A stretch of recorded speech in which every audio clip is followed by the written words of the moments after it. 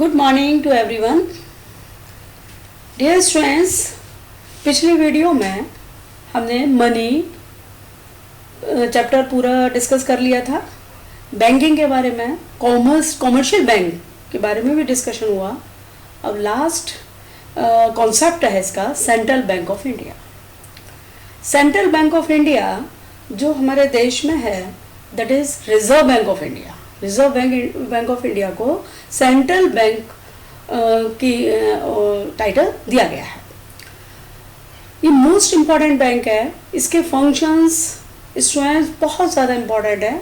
Exam में हर बार board के exam में एक क्वेश्चन सेंट्रल बैंक के फंक्शंस के ऊपर पूछ लिया जाता है। तो सेंट्रल बैंक केंद्रीय बैंक एंड इट्स फंक्शन और इसके कार्य। हम इंडिया के अंतर्गत जो सेंट्रल बैंक ऑफ इंडिया है that is reserve bank of India. Reserve bank of India को सेंट्रल बैंक के रूप में जाना जाता है। N apex body that controls, operates, regulates and directs the entire banking and monetary structure of the country. N apex body, apex सर्वोच्च, एक ऐसी सर्वोच्च बैंक जो देश के एंटायर बैंकिंग, संपूर्ण बैंकिंग व्यवस्था एंड मॉनेटरी स्ट्रक्चर और मुद्रा संबंधी स्ट्रक्चर को कंट्रोल्स, नियंत्रित करती है, ऑपरेट, संचालित करती है, रेगुलेट्स, नियमित करती है एंड डायरेक्ट्स, और निर्देश देती है। मतलब जो हमारे देश की रिजर्व बैंक ऑफ इंडिया है वो एक ऐसी सर्वोच्च बैंक है जो देश की जितनी भी बैंक हैं, एंटायर बैंकिंग, जितनी भी कॉमर्शियल बैंक हैं और जो भी उन बैंकों का मॉनेटरी स्ट्रक्चर है सब का नियंत्रण करना, उनको संचालित करना, रेगुलेट करना, उनके लिए रूल्स पॉलिसीज बनाना और उनको निर्देश देना, ये सारा कार्य सेंट्रल बैंक का है। India central bank is the Reserve bank of India which was established in April 1, 1935। अब हमें ये बताना है कि इंडिया की सेंट्रल बैंक ये क्या कौन सी है? Reserve bank of India. तो मैंने आपको पहले ही बता दिया विच वाज एस्टैब्लिश्ड इन अप्रैल 1, जिसकी स्थापना 1 अप्रैल 1935 को हुई। अब आगे हमने इसके क्या क्या फंक्शंस हैं, इसकी इंपॉर्टेंस क्या है। नंबर 1, करेंसी अथॉरिटी, केंद्रीय बैंक के कार्य। नंबर 1, करेंसी अथॉरिटी, करेंसी प्राधिकारी। In India, RBI has a sole right of issuing paper currency note. India के अंतर्गत RBI, reserve bank of India का पूरा अधिकार है जो जितनी भी पेपर करेंसी है वो सारा पब्लिश RBI करती है। इसका सबसे बड़ा कारण यह है कि इसमें यूनिफॉर्मिटी रहती है, एक रूपता रहती है। अगर कई बैंकों को नोट प्रिंट करने का काम दे दिया जाए तो डिफरेंट वैरायटी नोटों की आएगी, डुप्लीकेसी होने का भी भय बना रहता है। तो एक ही बैंक को उसका पूरा मोनोपोली है, अपने आप से उसे कैसी क्वालिटी लेनी है, पेपर की क्वालिटी क्या होगी, प्रिंटिंग क्वालिटी क्या होगी, वो सारा रूल्स या जो भी पॉलिसी उसकी बनानी है वो RBI को बनानी होती है। एक चीज़ मैं आपको और बताना चाहूँगी कि 1 rupee note and coins are issued by ministry of finance. 1 mark के क्वेश्चन में कई बार ये पूछ लिया जाता है कि 1 रुपए का नोट ये कभी भी RBI प्रिंट नहीं करती, और जितने भी सिक्के हैं 1 रुपए का नोट और सभी सिक्के ये मिनिस्ट्री ऑफ फाइनेंस, वित्त मंत्रालय द्वारा इशू किए जाते हैं। ये कार्य RBI नहीं करती। Second function, banker to the government. ये जो RBI है, रिजर्व बैंक ऑफ इंडिया, ये सरकार का बैंक है।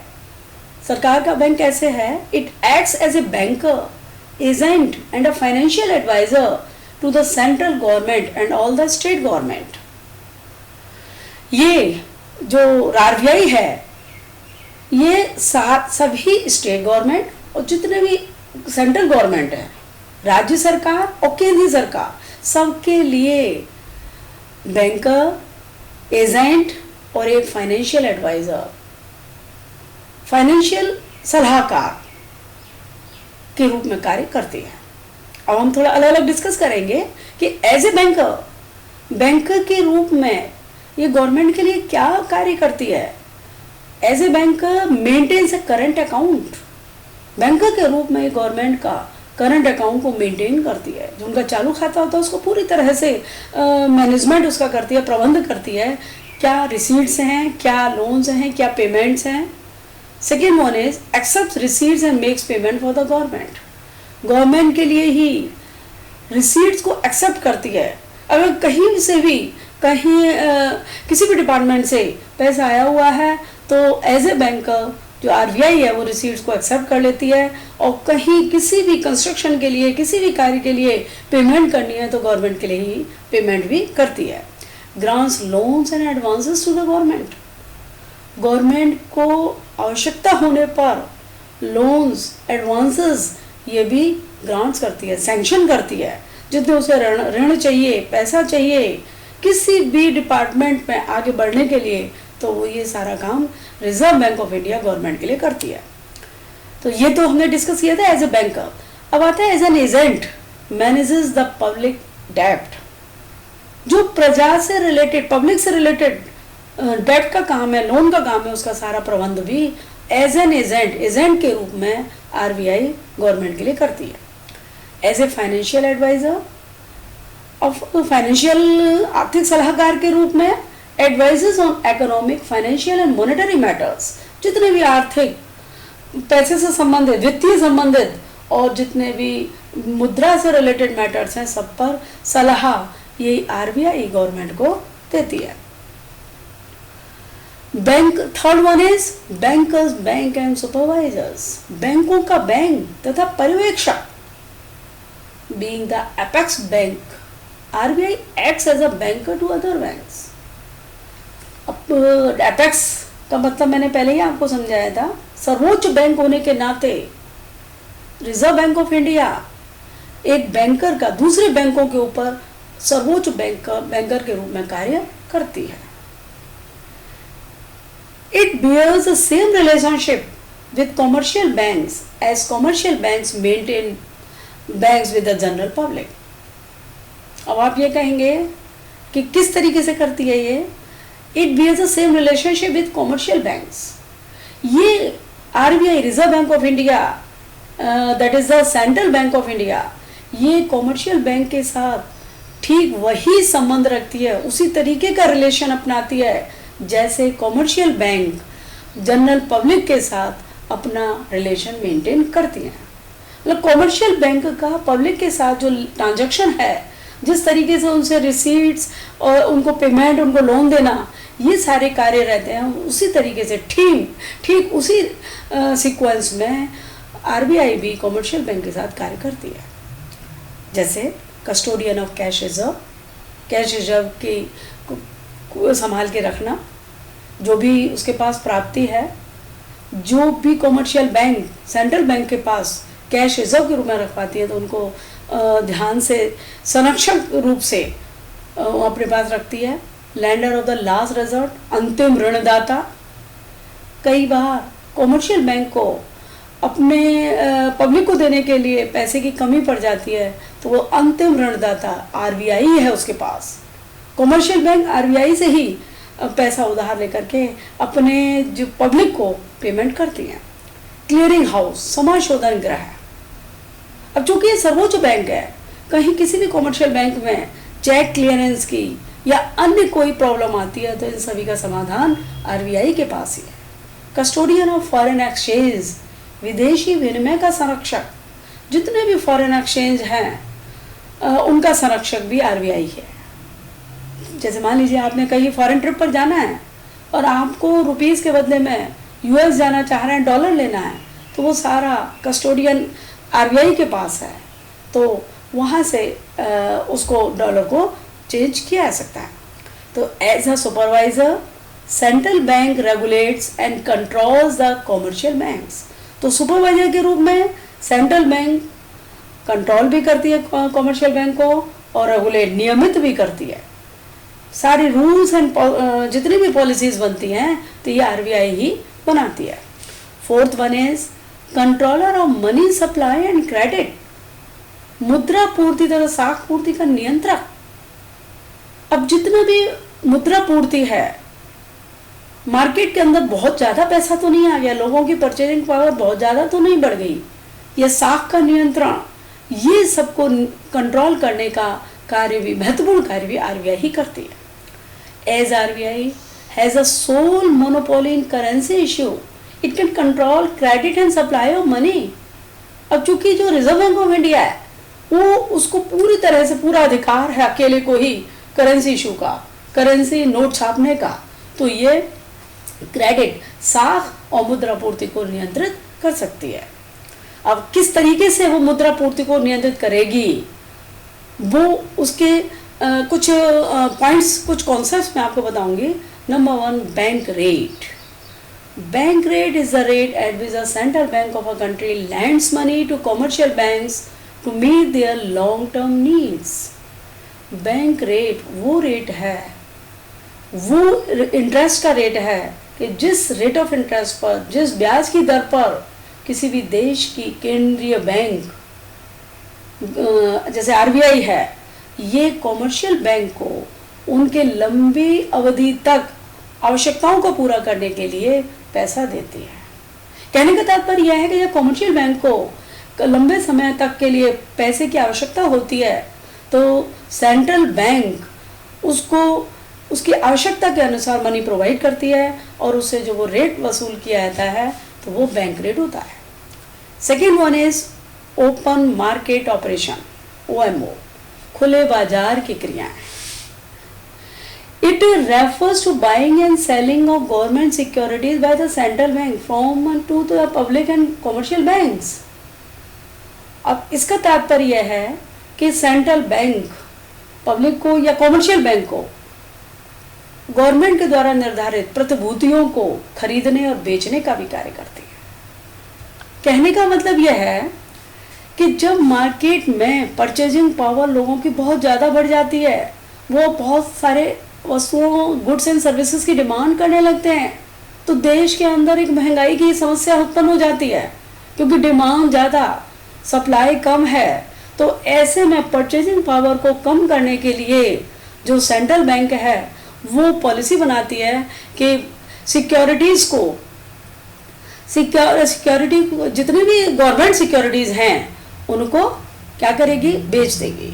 और सिक्योरिटीज़ लोग पब्लिक के पास आ गई, पैसा सेंट्रल बैंक के पास आ गया, कॉमर्शियल बैंक के पास भी पैसा बहुत कम रह गया, लोगों को लोन देने के लिए उसके पास नहीं है, तो परचेजिंग पावर अपने आप से कम हो जाएगी, लोग डिमांड कम करने लगेंगे, सप्लाई ज़्यादा रह जाएगी, तो महंगाई की समस्या अपने आप से ही ख़त्म हो जाएगी।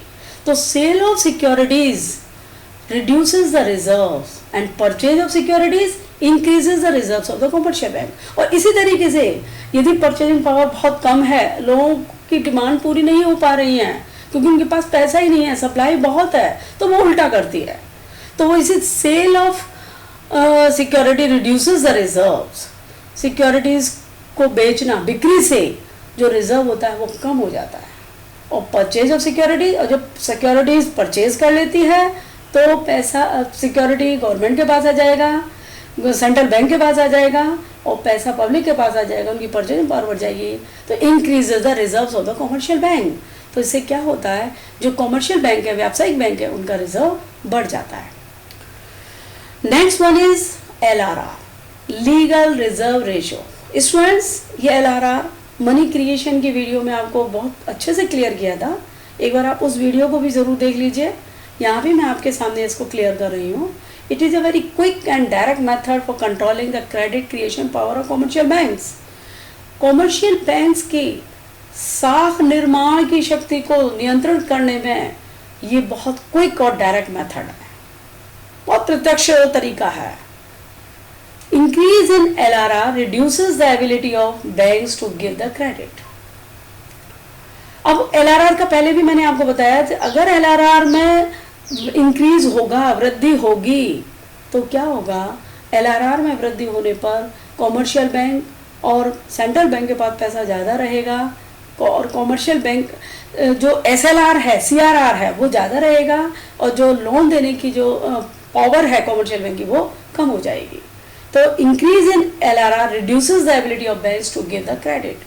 अगर LRR में लीगल रिजर्व रेशियो, कानूनी जो रिजर्व रेशो है, कोष अनुपात, तो वो उसमें अगर वृद्धि होती है तो वो बैंक की एबिलिटी को कम कर देता है। कौन सी एबिलिटी को?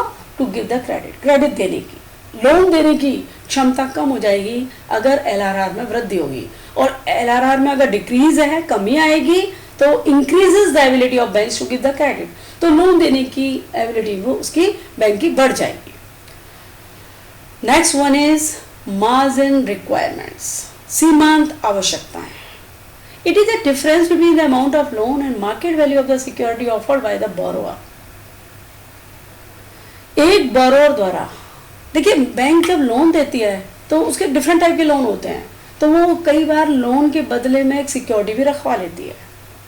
अब उसके लिए भी मार्जिन रिक्वायरमेंट, ये भी आरबीआई ही, सेंट्रल बैंक ही डिसाइड करती है कि मार्जिन रिक्वायरमेंट कितना होगा। तो मार्जिन है क्या, सीमांत आवश्यकता है क्या? ये लोन की अमाउंट और जो सिक्योरिटी लोन लेने के लिए रखी गई है उसकी वैल्यू, इन दोनों के बीच का डिफरेंस ही मार्जिन रिक्वायरमेंट है। जैसे सेंट्रल बैंक ने मान लीजिए मार्जिन जो सीमांत आवश्यकता है उसको डिसाइड किया है कि वो 40% होना चाहिए, तो commercial banks are allowed to give a loan up to 60% of the value of the security. और सपोज एक बोरोअर 1 लाख रुपए की सिक्योरिटी बैंक में जमा करता है, तो और उसका मार्जिन रिक्वायरमेंट 40% है, तो 1 लाख में से उसको 60,000 मिलेगा। तो कॉमर्शियल बैंक्स, क्योंकि commercial banks are allowed to give a loan up to 60% of the value of security, क्योंकि 40% मार्जिन रिक्वायरमेंट होने की सिचुएशन में कॉमर्शियल बैंक को ये परमिशन दी हुई होती है कि वो जो सिक्योरिटी की वैल्यू है उसका केवल 60% तक ही लोन देंगे। Increase and decrease in margin reduces encourages the boring capacity. अगर मार्जिन में इंक्रीज कर दिया जाए तो बोरिंग कैपेसिटी कम हो जाएगी, मार्जिन रिक्वायरमेंट में अगर डिक्रीज कमी आ जाए तो बोरिंग कैपेसिटी बैंक की बढ़ जाएगी। क्योंकि अगर मार्जिन कम होगा तो लोग भी, पब्लिक भी लोन लेने में ज़्यादा इंटरेस्ट शो करेंगे, क्योंकि उन्हें अमाउंट ज़्यादा मिलेगा या उन्हें अपने आप से ही उसका अरेंजमेंट करना पड़ेगा। और अगर इंक्रीज होता है तो बोरोअर्स डिस्करेज हो जाएंगे लोन लेने के लिए, क्योंकि उन्हें पैसा अपनी तरफ से ज़्यादा यूज़ करना होगा। अब इसमें 2 टर्म्स स्टूडेंट्स वो और मैं आपको क्लियर करना चाहूँगी, मोस्ट इंपॉर्टेंट है, repo rate and reverse repo rate. ये क्या है? The rate of interest at which commercial bank takes loan from RBI for a short time is called repo rate. वो इंटरेस्ट की वो रेट जिस पर commercial bank reserve bank of India से loan लेती हैं शॉर्ट टाइम के लिए, उसको कहते हैं हम रेपो रेट। एक बात और ध्यान रखिए, बैंक रेट और रेपो रेट में अंतर केवल यही है कि दोनों ही केसेस में कॉमर्शियल बैंक आरबीआई से लोन लेती है, लेकिन जहां शॉर्ट टाइम के लिए लेती है वो रेपो रेट है, और जहां लॉन्ग टर्म के लिए लेती है that is bank rate. Is it clear to you? I hope it will be clear to you. Next one is reverse repo rate. When the commercial banks have surplus funds, they can deposit the same with the central bank and earn interest. The interest paid by the central bank on such deposits is called reverse repo rate. अब आपने repo rate तो clear हो गया आपके सामने। अब next one is reverse repo rate. ये क्या है? जो कॉमर्शियल बैंक के पास अतिरिक्त फंड होता है, कॉमर्शियल बैंक ने लोन दे दिया, जो डिपॉजिट्स आई, लेकिन अभी भी उनके पास एक्स्ट्रा फंड पड़ा हुआ है, तो वो क्या करते हैं? They can deposit the same with the central bank. वो सेंट्रल बैंक के पास उस पैसे को जमा करा देते हैं, उसके बदले में ऑन इंटरेस्ट उन्हें मिलती है। The interest paid by the central bank on such deposits is called reverse repo rate. और वो इंटरेस्ट जो सेंट्रल बैंक इन डिपॉजिट्स पर कमर्शियल बैंक को पे करती हैं वो कहलाती है रिवर्स रेपो रेट। ध्यान रहे स्टूडेंट्स, रेपो रेट और रिवर्स रेपो रेट में 1% का अंदर रहता है। रिवर्स रेपो रेट हमेशा 1% कम होती है रेपो रेट से। आज आप करंट, या आपका होमवर्क है कि करंट गूगल पे सर्च करके कि आज की डेट में एलआरआर कितना है, रेपो रेट कितना है, रिवर्स रेपो रेट कितना है, ये आप ज़रूर नोट डाउन करेंगे। It's all for you. I hope it will be clear to you. Video में मैंने इसको थोड़ा इजी करने के लिए कई हिंदी के वर्ड्स का भी यूज़ किया है। बहुत सिंपल सेंटेंसेस हैं, तो I hope it will be clear to all of you. Thank you for today. Okay.